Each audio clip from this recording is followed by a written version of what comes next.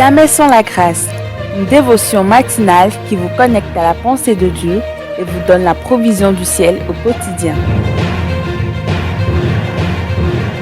Bonjour chers amis, chers internautes, nouvelle journée, nouvelle provision. Bienvenue dans cette dernière dévotion de cette semaine. Que Dieu vous bénisse. Père, nous te bénissons. Merci pour tout ce chemin que tu nous fais faire au quotidien au travers de ta parole, Seigneur. Éclaire-nous encore ce matin, Saint-Esprit. Merci. Amen. Alors, chers amis, je nous reprends une dernière fois peut-être, pour cette semaine en tout cas, ce beau passage qui nous a nourris, Matthieu chapitre 4, le verset 2 et le verset 3, où il est écrit « Après avoir jeûné 40 jours et 40 nuits, il eut faim. Le tentateur s'étant approché lui dit « Si tu es le Fils de Dieu, ordonne que ces pierres deviennent des pains. » Amen. D'accord. Donc, s'il y a une chose que nous avions vue qui doit aussi nous interpeller, c'est le nom du diable, le tentateur.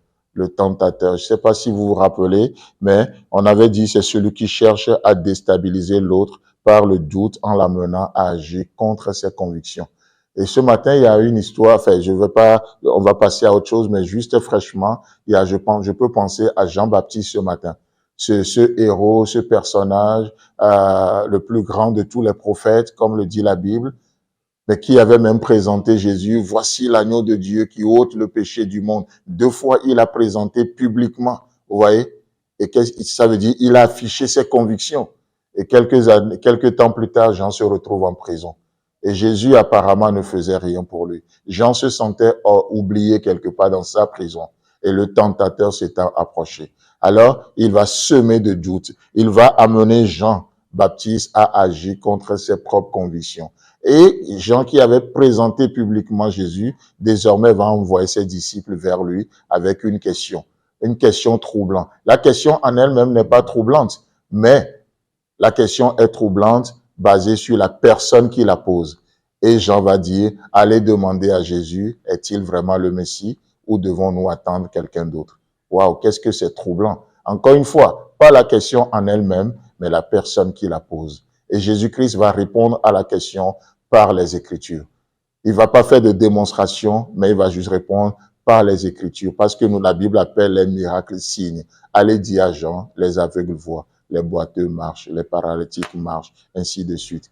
Et l'évangile est proclamé. Ça veut dire quoi? Et c'était des signes qui allaient accompagner le Messie.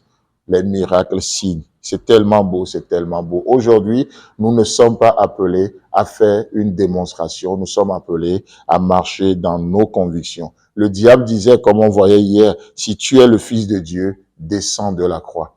Frères et sœurs en Christ, chers amis, chers internautes, nous avons une œuvre à accomplir. Jésus savait qu'en dehors de la croix, il n'y a pas de rédemption.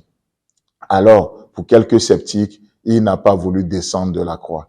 Il est allé jusqu'au bout, jusqu'au bout. Il a rendu son visage ferme, il est allé jusqu'au bout. Il est mort de la pire des morts, la mort de la croix.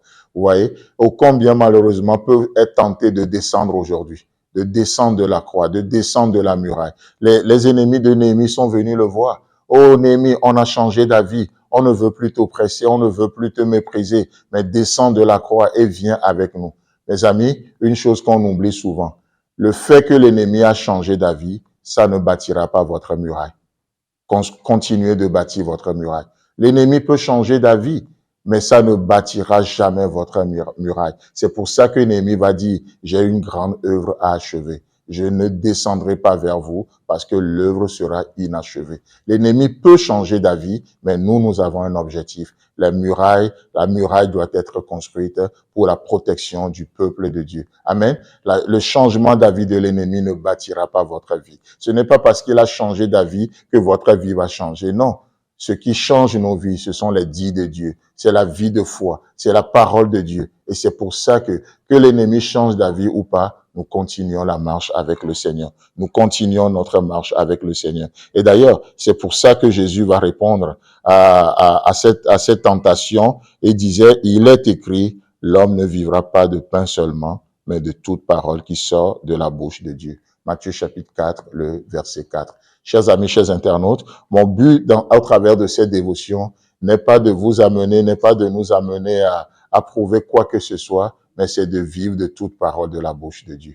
aussi simple que ça puisse être. Nous sommes ce que nous sommes par la grâce de Dieu. N'est-ce pas ce que Paul dira? Je suis ce que je suis par la grâce de Dieu. Et la grâce de Dieu envers moi n'a pas été vaine.